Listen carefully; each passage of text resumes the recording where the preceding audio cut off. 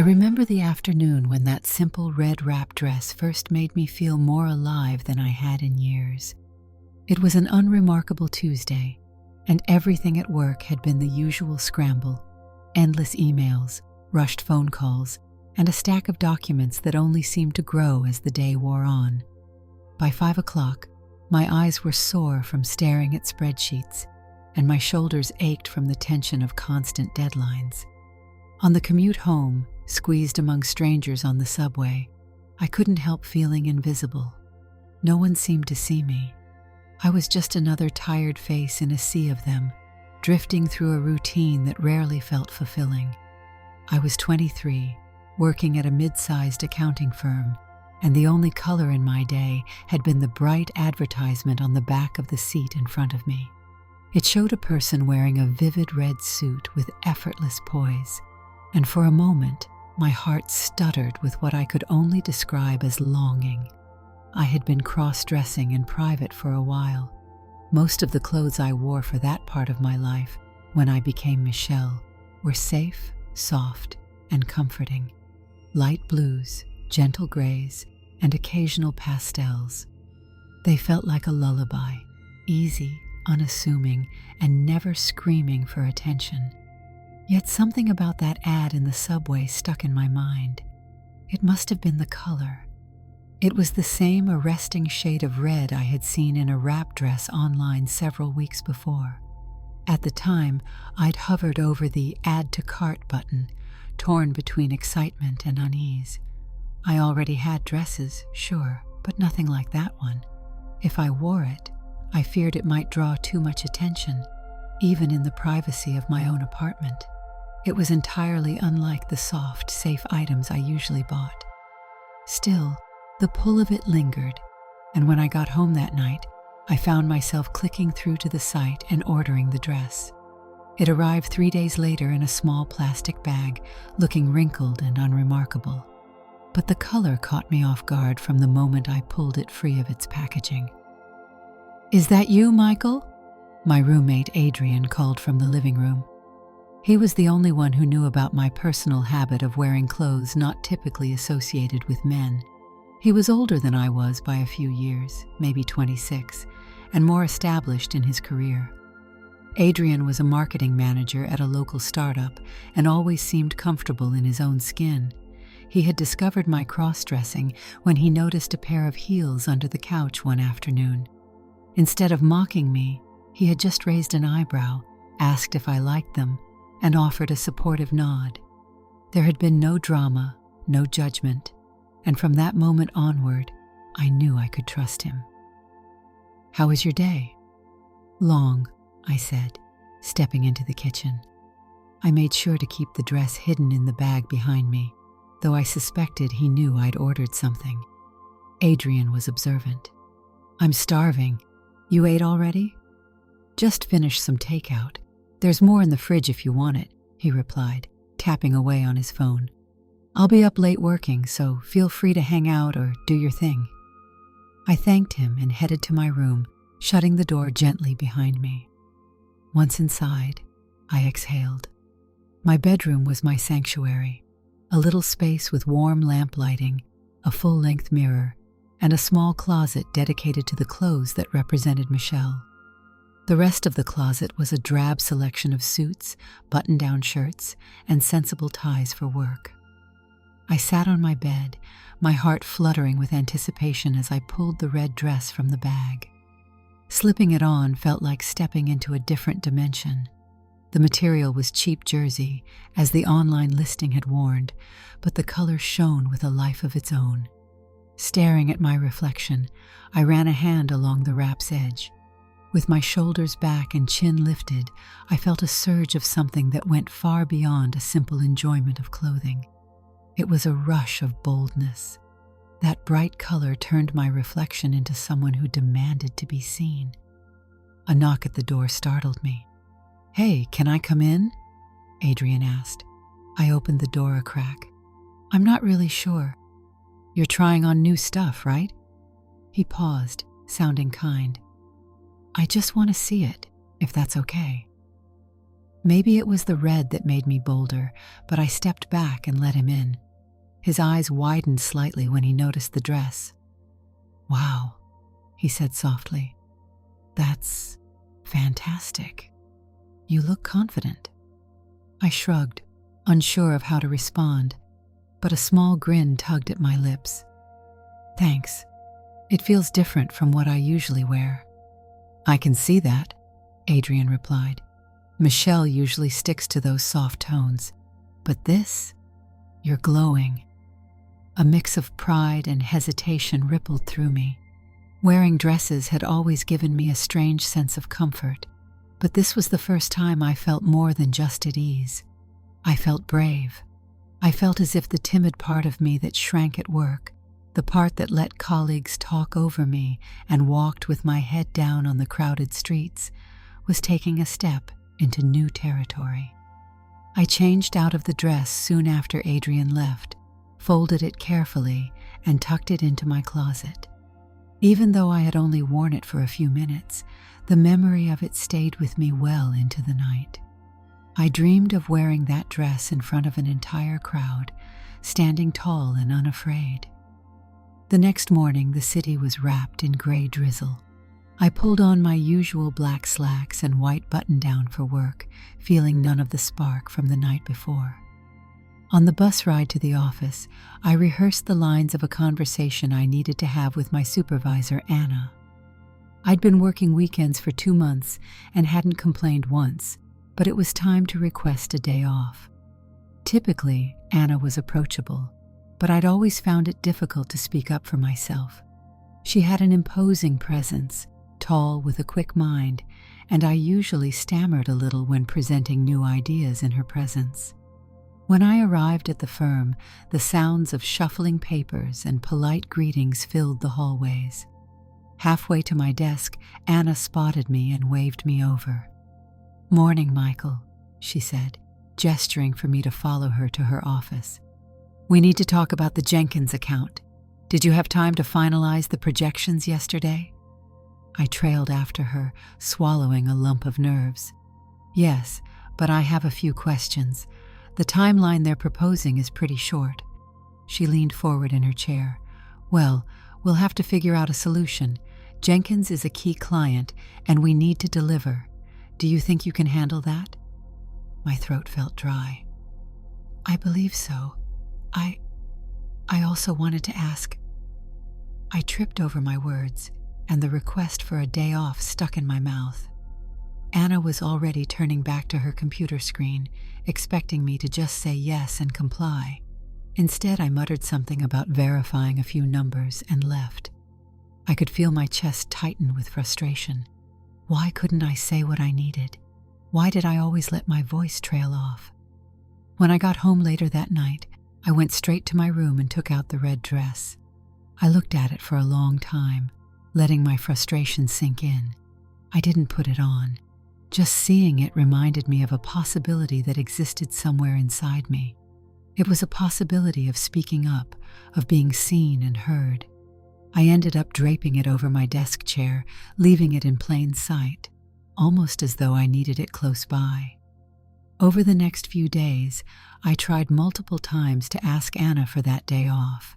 Each time, I was interrupted or lost my nerve. Eventually, she announced in a team meeting that our busy season had begun and no requests for extended weekends would be considered. I bit my lip. I had lost my chance. Everyone else just nodded, looking resigned. Meanwhile, I simmered in quiet disappointment. Late one evening, I sat on the couch with Adrien, half watching a sitcom while flipping through my phone. He could tell something was on my mind. "You seem down," Adrien said. "What's going on?" I sighed, sinking deeper into the cushions. I wanted to take a day off, but my boss basically said it's not happening. It's not just about the day off. It's about having any control over my own schedule. I always let people walk over me. I can never stand up for myself. Adrien turned off the TV, focusing on me. "You know, sometimes you seem like a different person when you switch to your Michelle clothes. Not just how you look, but the way you carry yourself. I've seen you walk around in that red dress. You're more assertive, even if you're just walking to the kitchen to grab water." I looked at him skeptically. "That's just in the privacy of my own home. I don't know how to be like that out there." "You don't have to literally wear the dress at the office," he said with a teasing grin. "But what if you tap into that feeling? What if you channel that side of you during the day when you need it most?" It was a novel idea. The next day, before heading out to catch the bus, I slipped the dress on for just a minute, standing in front of the mirror. I breathed deeply, allowing the color and the cut to remind me of how it felt to be in control. Then I changed into my work clothes and left for the day, keeping that spark alive in my chest. Did it help? A little. During a meeting with a client, I found myself speaking a bit louder and leaning forward in my chair, making direct eye contact. It wasn't a monumental shift, but it was something. My coworker, Leah, even asked me afterward if I'd started drinking a new coffee blend because I seemed more energized. I just gave her a short laugh, hoping the flush in my cheeks wasn't too obvious. As the weeks went by, the pressure at work built. I had a monstrous amount of paperwork, and Jenkins's demands grew more unrealistic by the day. Everyone on my team looked exhausted. One Friday evening, well past 8, I was still in the office, typing away furiously on a finance report. My phone buzzed. Adrien was inviting me to a small gathering at a lounge downtown. I didn't usually go out much, but the idea of stepping away from the office for some social interaction was tempting. "I'll try to make it," I texted back. By the time I left the office, it was almost 10. I took a taxi home, feeling wrung out. That red dress was on my mind again, though. Adrien had once joked that it was like a superhero cape. I had laughed, but there was a ring of truth to it. Standing at my bedroom doorway, I glanced at the clock. The lounge was open until late. Why not? I took a quick shower, letting the hot water wash away the stress of the day, and stared at the closet when I stepped out. Normally, if I went out, I'd just wear a basic collared shirt and dark jeans. That was standard for me, discreet, unimposing. But my eyes kept returning to the red dress. A voice inside whispered, "This is the night to try something different." There was a flutter in my stomach as I thought about wearing it outside the apartment for the first time. It felt both thrilling and terrifying. My reflection in the mirror seemed to encourage me. Finally, I decided that if I was going to do this, I wanted to go all in. I pulled on some light makeup, just enough to soften my features. I had a wig styled in a sleek bob that I rarely wore. It was a bit of a splurge from a specialty shop. Carefully, I positioned it on my head, adjusting it until it fell naturally around my cheeks. When I fastened the wrap dress around my waist, the transformation felt nearly complete. A pair of low-heeled black boots completed the look. My heart thumped wildly as I gazed at myself in the mirror. Michelle stared back. She had presence, a certain grace that I only ever glimpsed in scattered moments of my regular life. I sent Adrien a quick text. "Hey, I'm going to meet you at the lounge, but I'm dressed a little differently." He replied instantly, "You do you. I'll be here. Can't wait to see it." That short message was all the encouragement I needed. I hurried out, summoning a ride with my phone. Even stepping onto the street felt exhilarating. The breeze on my legs, the movement of the skirt against my thighs, it was a physical reminder that this was a bold choice. When the car arrived, the driver barely blinked, which put me a bit more at ease. At the lounge, the neon sign glowed against the night sky. Inside, warm light spilled across a small dance floor and a bar lined with colorful bottles. It wasn't too crowded, thankfully, which gave me room to breathe. I found Adrien at a tall table near the back, chatting with a couple of acquaintances from his office. When he saw me, his eyes lit up. "You made it!" he exclaimed, giving me a side hug. His co-workers introduced themselves. a woman named Tasha and a man named Victor. Both greeted me politely. Tasha complimented my dress with a genuine smile. That unexpected acceptance immediately made my shoulders relax. We ordered drinks, and I soon found myself laughing at a story Tasha told about her boss's meltdown earlier in the week. I felt self-conscious once or twice, particularly when I noticed a few people glancing in my direction. Part of me worried they were judging me, but the music was loud, the place was full of various fashion statements, and no one said anything overtly rude. I began to ease into the moment. Adrien leaned over at one point and said, "You see how no one really cares? You're good." By the time midnight rolled around, Tasha was insisting we all head to the dance floor. I wasn't much of a dancer, but she grabbed my hand, pulling me into the shifting lights. For once, I didn't resist.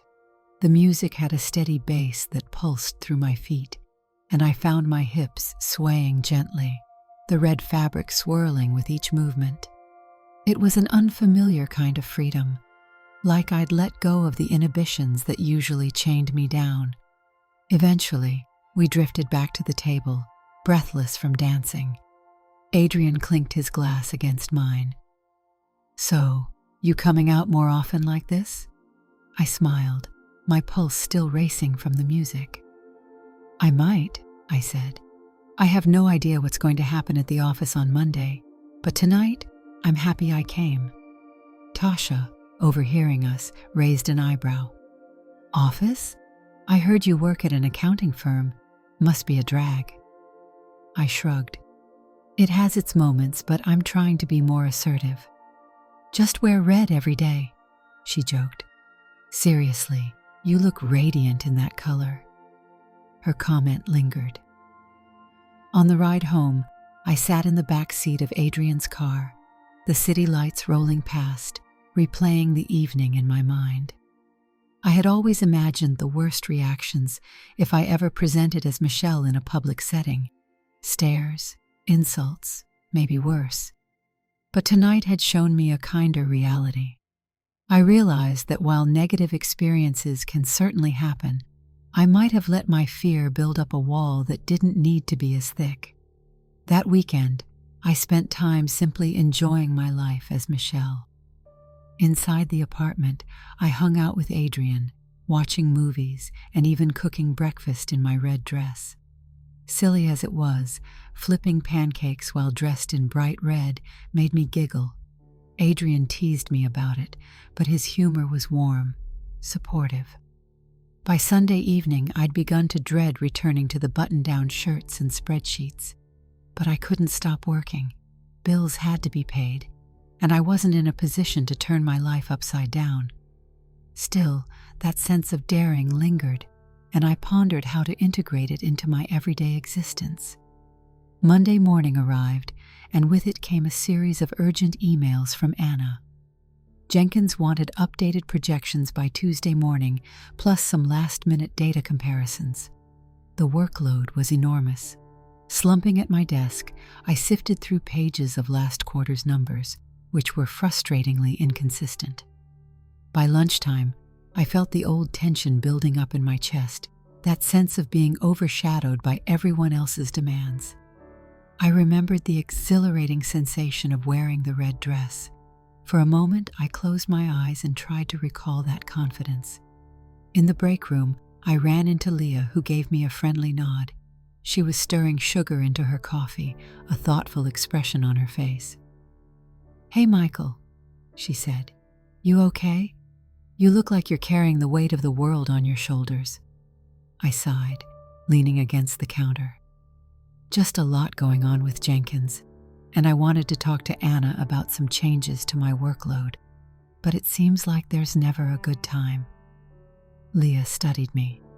Anna's tough, but she respects directness. Honestly, if you want something, you just have to say it. She can't read your mind. Her words struck me.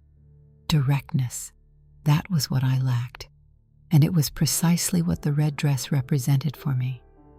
Taking a breath, I nodded. "You're right. Maybe I'll try to catch her this afternoon." Leah's phone buzzed and she left. I finished my coffee and returned to my desk. Throughout the afternoon, I rehearsed my speech in my head. I wanted to propose a more balanced way for us to handle the Jenkins workload, along with more realistic deadlines for any future projects. At the end of the day, instead of creeping home as I usually did, I marched to Anna's office. She was closing her laptop, preparing to leave. "Anna?" I asked, standing in the doorway. "Do you have a minute?" She glanced up, looking slightly annoyed. "Make it quick, Michael. I'm heading out in a few." My nerves nearly hijacked me right then, but I forced myself to remain steady. "I'd like to discuss how we handle the Jenkins account.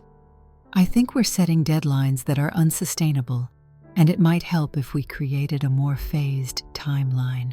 Otherwise, the quality of the work could suffer." Anna's expression softened.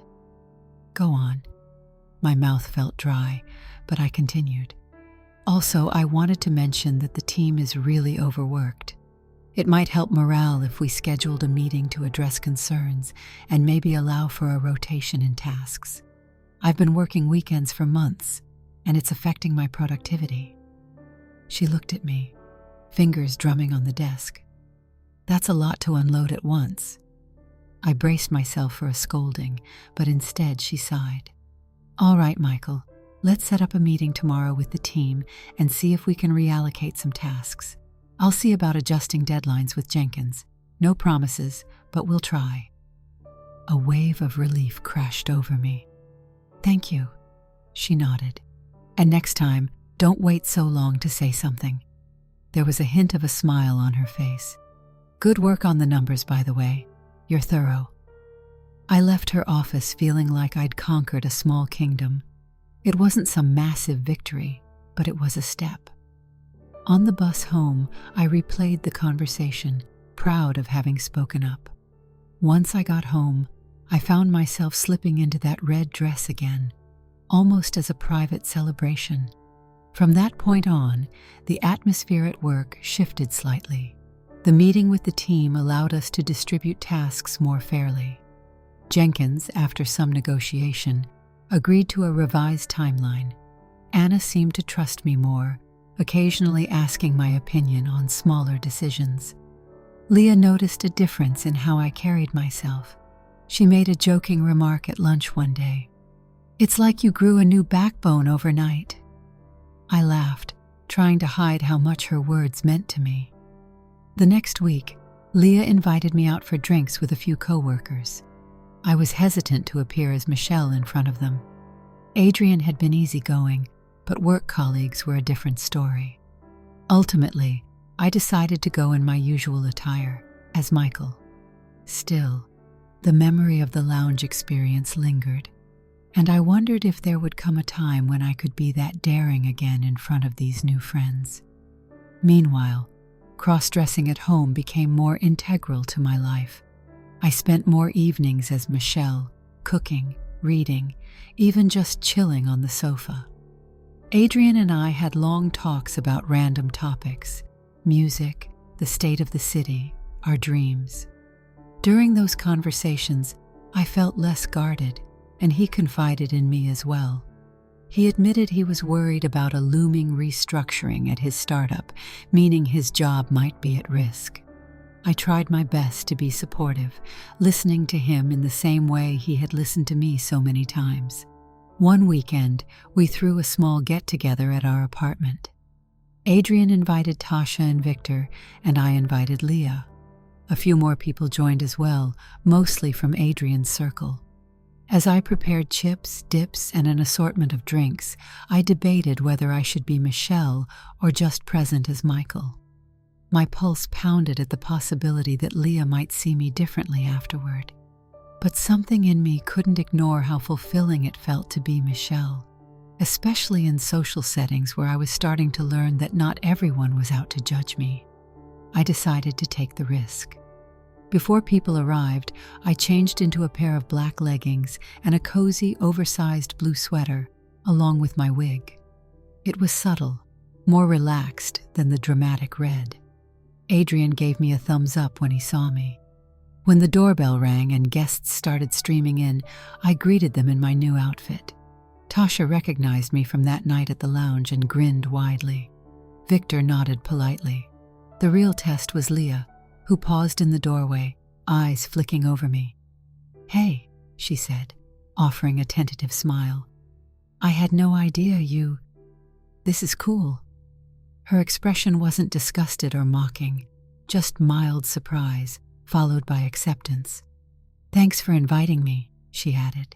I invited her in and introduced her around. Soon the living room was filled with chatter and laughter.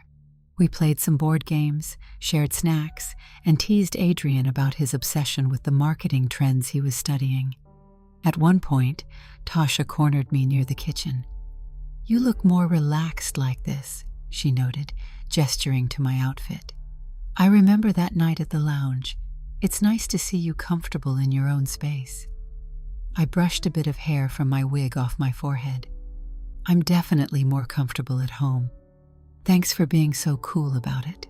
She shrugged. "You're you. That's all there is to it." Her straightforward kindness touched me.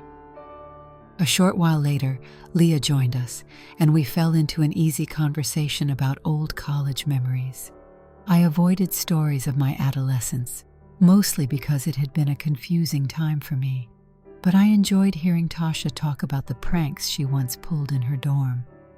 Leah offered a memory of sneaking into the art studio after hours to finish a painting project. Tasha's laughter was contagious, and soon we were joking about how life changes once you step into the adult working world. I realized, with a wave of amazement, that this was the first time I felt genuinely at ease hosting a mixed group of friends. When the evening wound down, people headed out in pairs. Leah stayed behind, helping me gather cups and plates. Adrien was chatting in a corner with Victor, who was giving him job referrals. Once the place was mostly clean, Leah leaned against the kitchen counter and looked at me carefully. "You know, we've worked together for months, and I had no idea you liked wearing clothes like this," she said, her tone gentle. "It's cool, different from the image I had of you as the quiet guy in the office." I swallowed, feeling a hint of nerves again. "I'm still that quiet guy sometimes." She tilted her head. "But there's more to you than that, clearly." "Yeah," I replied softly. "I'm finding that out, bit by bit." Leah nodded, a thoughtful look crossing her face. "Thanks for trusting me enough to invite me here. I hope we can hang out more outside work." I smiled, and she excused herself, wishing me a good night. After she left, I stood alone in the kitchen, the hum of the fridge and the gentle chatter from the living room the only sounds. Something about her words felt like a gentle push forward. She didn't make a big fuss about it.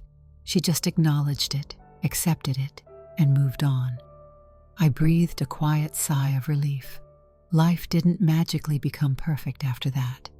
Work remained hectic, and there were still days when I felt overshadowed in meetings. Sometimes I'd back down from a suggestion because I worried about how others would react. But each time I slipped into that red dress at home, a piece of me remembered what it felt like to be bold. The color was a constant reminder that the timid, uncertain part of myself wasn't the whole story. A couple of weeks later, Anna asked me to present part of the quarterly review to the executive team. This was a big deal, an opportunity to show that I could hold my own in front of our company's higher-ups. The night before the presentation, I practiced my slides at home, my voice shaking with nerves each time I tried to speak to the imaginary panel in front of me. Adrien was busy with his own job concerns, but he still offered to watch and give me feedback. I realized that no matter how often I practiced, the real challenge was controlling my anxiety. My imposter syndrome thrived in environments like this. I was sure that one slip of the tongue or a single mistake in my data analysis would have them all dismissing me as incompetent. But then I remembered the rush of dancing in that lounge, the swirl of red around me. What if I found a way to channel that sense of presence? A plan formed in my mind. The next day, I went to the office wearing a standard dress shirt and slacks, but underneath, I wore a red camisole. It wasn't the wrap dress, but it was bright, it was bold, and it served as a private reminder. 10 minutes before I was due to present, I went to the bathroom, locked myself in a stall, and took a moment to breathe. My hands trembled slightly. Closing my eyes, I visualized myself in that red dress, standing tall, as if about to stride into a spotlight without fear. Then I opened my eyes, adjusted my shirt, and headed to the conference room. Anna was there, along with a few others from our department. Across the table sat 2 executive vice presidents and the CFO. My heart was beating so loudly, I thought everyone could hear it. But I clicked the remote for my presentation, cleared my throat, and began. My voice sounded steadier than I expected. I explained the data, elaborated on the financial projections, and pointed out how a strategic pivot could benefit us in the upcoming fiscal year. One of the executives asked a pointed question about the methodology, and I responded calmly, referencing specific line items and growth rates. 20 minutes later, I was done. The CFO nodded, scribbling something in his notes, and the executives gave polite compliments. Anna gave me a subtle nod of approval. Only then did I realize I'd been holding my breath. When I left the room, my legs felt wobbly, but my chest was filled with pride. I had delivered a solid presentation without stumbling over my words. Leah caught me in the hallway, smiling. "You did great in there," she said. I murmured my thanks, stepping aside for a moment to gather my thoughts. In that instant, I swore I felt the vibrant red of my inner Michelle shining out, even if no one else could see it physically. It gave me a warmth of purpose. After that meeting, Anna became more inclined to assign me tasks that involved client interaction. She seemed to realize that I could be a capable representative for the department. But with added responsibility came more stress, and I found myself working late into the evenings again. I tried to maintain a balance, though, and Adrien kept inviting me out for weekend breaks, encouraging me to keep the free spirit alive. One Saturday, he suggested we go shopping together. "You're always working," he complained as I sipped my morning coffee. "Let's do something fun. Maybe we'll find you another bold outfit." I laughed. "Sure, why not?" We headed downtown to a bustling shopping district, weaving through crowds. I felt a slight flutter of excitement. It wasn't just about clothes, it was about stepping into a space where I could explore options freely. We ducked into a boutique known for its creative designs. Adrien wandered to the men's section while I scanned racks of dresses, tops, and skirts. A salesperson approached, smiling politely. "Looking for anything specific?" she asked. I hesitated, glancing around. Then I told her I was interested in wrap dresses or anything bright in color. She nodded, leading me to a nearby display. "We have some beautiful pieces here," she said, holding up a deep emerald wrap dress. "And some others in bolder hues if you'd prefer. Let me know what size you need." "Size 10 or so," I said quietly, feeling my face warm. She didn't look surprised or judgmental. "Sure thing. Let me grab a few options for you." She continued talking about the fabrics and styles, treating me like any other customer. I found myself relaxing. In the dressing room, I tried on a gorgeous green wrap dress, noticing that it had a different vibe from my red one, perhaps more elegant, less audacious. Another was a patterned number with red roses that almost matched the brightness of my jersey dress at home.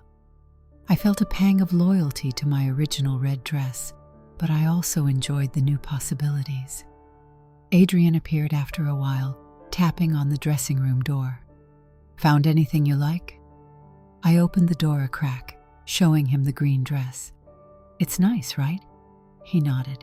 "Looks great. You should get it." I smiled, turning back to the mirror.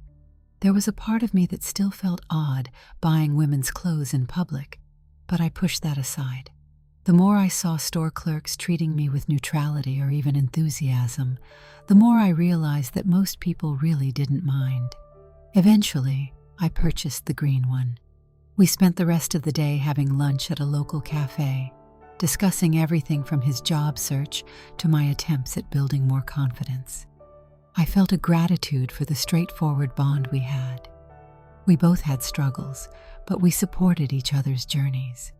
The next major shift in my life came when Anna called me into her office one afternoon to tell me there was an out-of-town conference the firm wanted me to attend.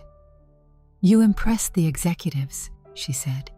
"They'd like you to represent our department. Think you're up for it?" Nerves erupted in my stomach. Attending a conference alone, speaking on panels, networking with strangers, it all sounded overwhelming. But then I remembered how the red dress had become a symbol of power for me. A tiny spark of determination replaced my fear. "I'll do it," I replied. The conference was scheduled for the following month in a city I'd never visited. Preparations involved creating a detailed presentation, rehearsing it endlessly, and coordinating travel plans with the events team. The night before my flight, I stood in my bedroom, suitcase open on the floor, folding my work clothes. My eyes drifted to the red wrap dress hanging in the closet. On impulse, I took it off the hanger and packed it on top of my business suits. Even if I ended up not wearing it, I wanted it with me. When I arrived at the hotel in the conference city, I was exhausted from travel and the stress of finalizing my presentation. My room was neat and modern, complete with a large window that overlooked a busy downtown street. After checking the schedule for the next day, I decided to head to the hotel's lounge for a quick drink, hoping to calm my nerves. I changed into casual pants and a sweater, leaving Michelle behind for the moment. The lounge was moderately crowded with conference attendees wearing name tags, making small talk. I found a corner seat, sipping my drink quietly, content to observe. To my surprise, one of the executives from my firm, a man named Glenn, approached me with a friendly smile. He was in his 50s, tall, and known for being somewhat brusque at times, but at the moment he seemed in good spirits. "Mind if I join you?" he asked, gesturing to the empty seat at my table. "Sure," I replied, scooting my chair aside. He sat and asked how I was feeling about the next day's presentation. I admitted I was a bit nervous. "Nerves are normal," Glenn said. "I get them too, believe it or not." I found it hard to imagine him anxious about anything, but his honesty was somewhat reassuring. We chatted about the state of the industry, the city we were in, and random small talk. Eventually, he left to mingle with others, and I decided I'd had enough socializing for one night. Walking back to my room, I glanced at the reflection of countless city lights in the tall windows near the elevator. Tomorrow I'd be presenting to a room of professionals, many of whom were far more experienced. The quiver in my stomach threatened to turn into full-blown panic. In my room, I pulled out the red dress and hung it up, smoothing out the wrinkles. Just seeing it made my pulse slow. I knew I wouldn't wear it at the conference, but it felt like my own little secret source of fortitude. As I got ready for bed, I reminded myself I had come a long way since I first hesitated to speak up at work. If I could stand in front of a crowd in that lounge, swirling around in bright red, I could manage a presentation. Drifting off to sleep, I dreamed of my reflection in that dress, standing on a stage without fear. The conference day arrived. I sat through several panels, jotting down notes. Eventually, it was my turn to present. I walked to the podium, cleared my throat, and launched into my talk. Unlike that first time with Anna and the team of executives, I felt a steadier control over my voice. If the audience was bored or skeptical, they hid it well. A few nodded along, taking notes. I concluded with a Q&A session, fielding inquiries about data analysis methods and future projections. Afterward, a handful of attendees approached me, complimenting my thoroughness. Glenn, who had been in the audience, clapped me on the shoulder. "Nice job, Michael," he said in an approving tone. I spent the remainder of the afternoon networking, exchanging business cards, and forcing myself to engage in small talk. By evening, I was physically and emotionally drained. Returning to my hotel room, I kicked off my shoes, collapsed on the bed, and stared at the ceiling. Part of me wanted to call it a night, but another part remembered the significance of the red dress. It was a small rebellion, perhaps even a personal ritual, but I decided to get dressed as Michelle in my hotel room to celebrate getting through the day. Slowly, I slid on the red wrap dress, let the fabric settle around my waist, and stood in front of the mirror. Under the harsh hotel lighting, the color seemed even brighter, almost luminous. Without a wig or makeup, it was just me, my short hair, and my plain features. Yet that small detail didn't bother me. I smoothed a hand over my hip, exhaling softly. There it was again, power surging from somewhere deep inside. Stepping up to the window, I looked down at the streetlights and cars. A line of pedestrians hurried along the sidewalk, each with their own life, their own worries. In that private moment, I felt worlds apart from the shy figure who used to hide in the background of every meeting. I saw, in my reflection, someone who could handle it, maybe not flawlessly, but with more resolve than ever before. Just as I was about to change out of the dress, my phone buzzed with a text. It was Leah, congratulating me on my presentation and asking how the rest of the conference was going. I laughed quietly, typing back, "It's been good, tiring, but good." For a second, I contemplated sending a picture of myself in the dress, but decided that might be too spontaneous. Instead, I just said, "Thanks for the support. Talk soon." I turned off the phone, changed into pajamas, and packed the red dress away. The next morning I flew home, stepping back into my routine.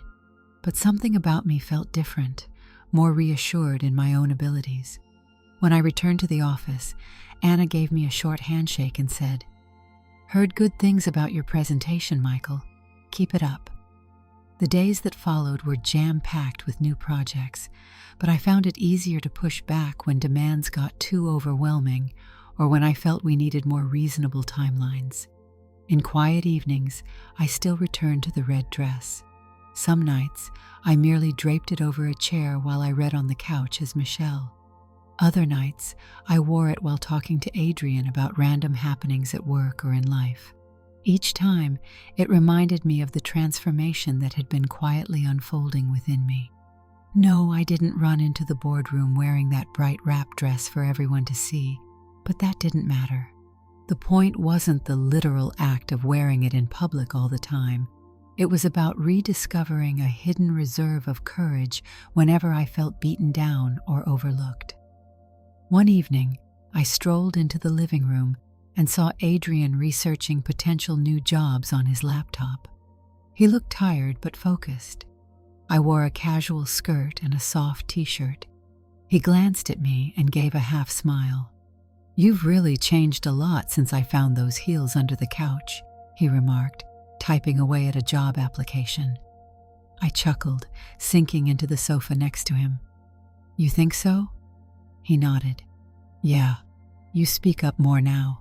You take ownership of your ideas, and you've done it all on your own terms."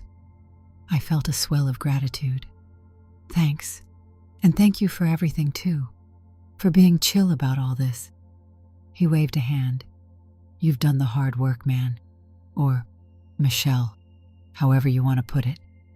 He looked at me for a moment, then asked, "What do you plan to do next? About your life, your job, all that?" I tilted my head back, gazing at the ceiling. "I'm not entirely sure, but I know I won't be invisible anymore." Adrien seemed satisfied with that answer. He returned to his job hunt, and I grabbed a throw blanket, wrapping it around my legs. Outside, the night sky hovered in silence. In the warm glow of our apartment, I reflected on how much a single piece of fabric, a cheap red jersey wrap dress, had come to symbolize. It wasn't just a garment. It was a manifestation of potential, of daring to claim space in a world that often felt too big. As days passed, I navigated ups and downs. Some mornings, I awoke feeling unstoppable, tackling spreadsheets and client calls with surprising gusto. Other times, I second-guessed everything, reverting to the quieter version of myself. But the red dress was always there, a tangible reminder that I could find the bold side of me when I needed it. Eventually, I realized that the essence of this transformation was not restricted to Michelle or Michael alone, but existed in the simple truth that I had the power to define myself on my own terms. And whenever I needed a spark of bravery, I'd step into that vibrant color, confident that the world, or at least my small corner of it, had room for every shade of who I was. Every so often, someone at the office would notice a subtle shift in my posture or my willingness to pitch ideas. They'd ask if something changed in my life. I would just smile and say, "I guess I'm trying out new things." It was a near impossible feeling to articulate fully, and maybe I didn't need to, because in the end, the real power was mine to keep, and that alone made the world feel a little more vivid. Did you like the story? Hit that like button and tell me what you thought in the comments. Do you want to hear more stories? Subscribe and hit the bell. For exclusive content and early access, check out our Patreon. You can find the link in the description, or you can watch any of the videos shown on my right. Thank you for watching and see you in the next video.